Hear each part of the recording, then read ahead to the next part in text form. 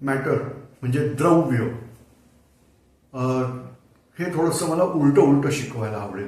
म्हणजे जसं आपण बघतोय आता आकाशगंगेपासून ताऱ्यापासून ग्रहापर्यंत आपण येत चाललोय, तर तसं आपण आता इथून सूक्ष्मातून मोठ्याकडे जाऊया. तर आज आपल्या शास्त्रज्ञांनी ज्या रीतीने संशोधन केले त्या रीतीने बरंच ते पुढे गेलेले आहेत. पण प्राथमिक स्वरूपात सांगायचं झालं तर काही मूलभूत कण आहेत.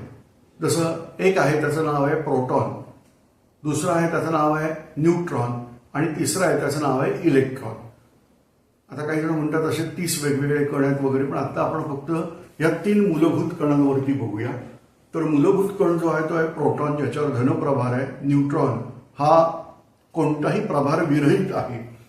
हे प्रोटॉन आणि न्यूट्रॉन केंद्रस्थानी असतात आणि याच्या भोवती इलेक्ट्रॉन फिरत असतात.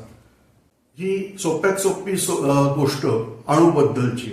म्हणजे हायड्रोजनचा जर अणू आपण बघितला, म्हणजे दिसणार नाहीच आहे, पण उदाहरणासाठी घेतला तर हायड्रोजनच्या अणूमध्ये केंद्रस्थानी एक प्रोटॉन आहे, हायड्रोजनच्या अणूमध्ये न्यूट्रॉन नाहीये.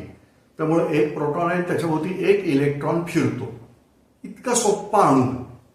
पण गंमत बघा काय होते की ह्याच हायड्रोजनचं रूपांतर पुढे ड्यूटेरियम नावाच्या मूलद्रव्यात होतं, ज्याच्यात एका प्रोटॉन बरोबर एक न्यूट्रॉन पण येतो.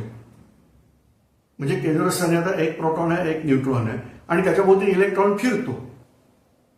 ट्रिटियम नावाचा ॲटम आहे, म्हणजे हायड्रोजनचं समस्थानिक आहे, ज्याच्यात 2 न्यूट्रॉन आहेत आणि एकच प्रोटॉन आहे केंद्रस्थानी आणि इलेक्ट्रॉन त्याच्याभोवती फिरतो.